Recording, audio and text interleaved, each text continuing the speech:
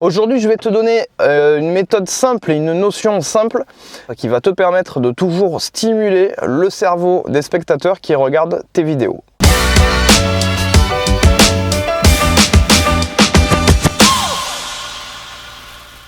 Chaque semaine, 3 ou 4 vidéos sur cette chaîne YouTube où je t'explique un petit peu comment aller un peu plus loin dans le montage vidéo. Si c'est ton truc, si c'est ta passion, si c'est ton hobby, si c'est ton métier, tu peux les recevoir tout simplement en t'abonnant à cette chaîne YouTube et en cliquant sur la cloche pour recevoir des notifications dès qu'elles sortent. Alors, cette notion simple qui va te permettre de stimuler toujours le cerveau des spectateurs qui regardent tes vidéos, elle tient en un seul mot en fait, c'est créer du contraste. Ton cerveau et le cerveau de 99,9% des êtres humains sur la planète aiment les contrastes parce que c'est quelque chose qui t'éveille, qui te met en éveil. Si tu restes tout le temps sur le même rythme, sur quelque chose de très régulier, tout le temps pareil, ton cerveau aura tendance à s'endormir. Ça marche sur le rythme de tes cuts par exemple. Quand on commence à faire des montages clippés niveau ultra débutant, un des plus gros défauts qu'on a, c'est souvent de rythmer tout le clip sur la musique et tout le temps sur le même tempo, et du coup tu as des plans qui font toujours la même durée, et donc du coup il y a un moment donné où forcément quand tu regardes ton truc tu décroches, parce qu'en fait tu sais toujours ce qui va se passer en fait, alors que si tu t'amuses à tout le temps essayer de ne pas être tout le temps dans le même tempo, mais bon, pourquoi pas faire des plans 2 fois plus longs, ou pourquoi pas juste pas tout le temps suivre le rythme, ou pourquoi pas aussi faire des micro-plans ultra rapides et après reprendre un autre rythme et changer comme ça régulièrement.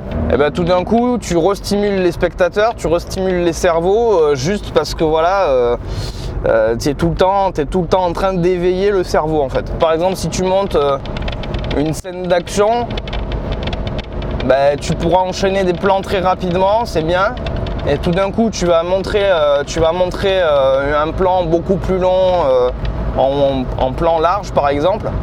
Ça va faire du bien, et après reprendre peut-être un rythme un peu plus rapide, enfin j'en sais rien, mais casser le rythme tout le temps, c'est un des petits secrets qui va te permettre aussi de tout le temps redynamiser tes projets vidéo et de tout le temps restimuler le cerveau des gens qui regardent tes vidéos.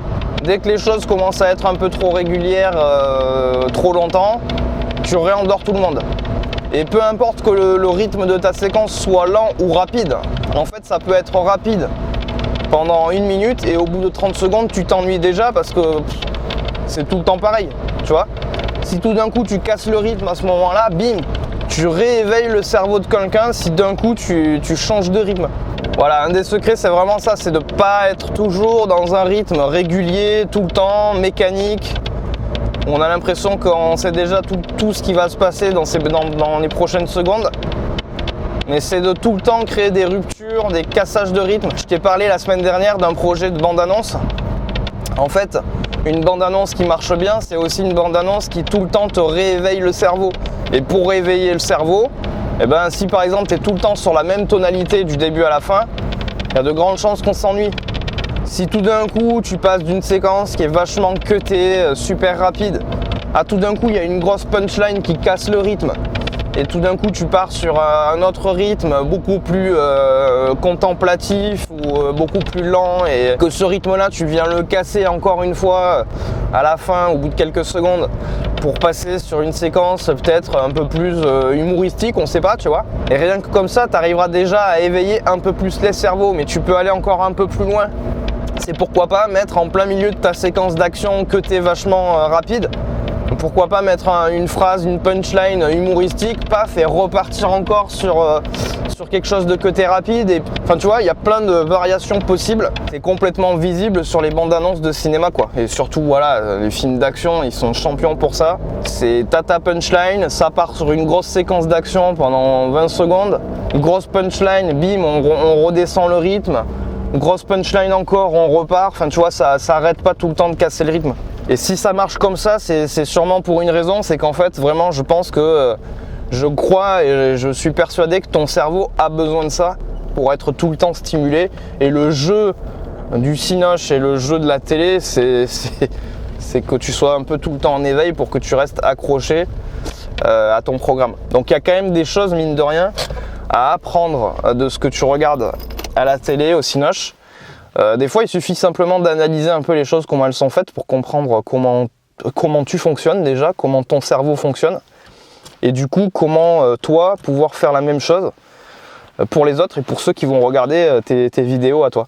Qu'est-ce qui fait que tu restes accroché à tous ces trucs-là? Je pense qu'une grosse partie, c'est aussi dû à ça. C'est aussi dû au contraste qui est créé, autant dans le scénario que dans l'enchaînement des séquences, que dans plein de choses.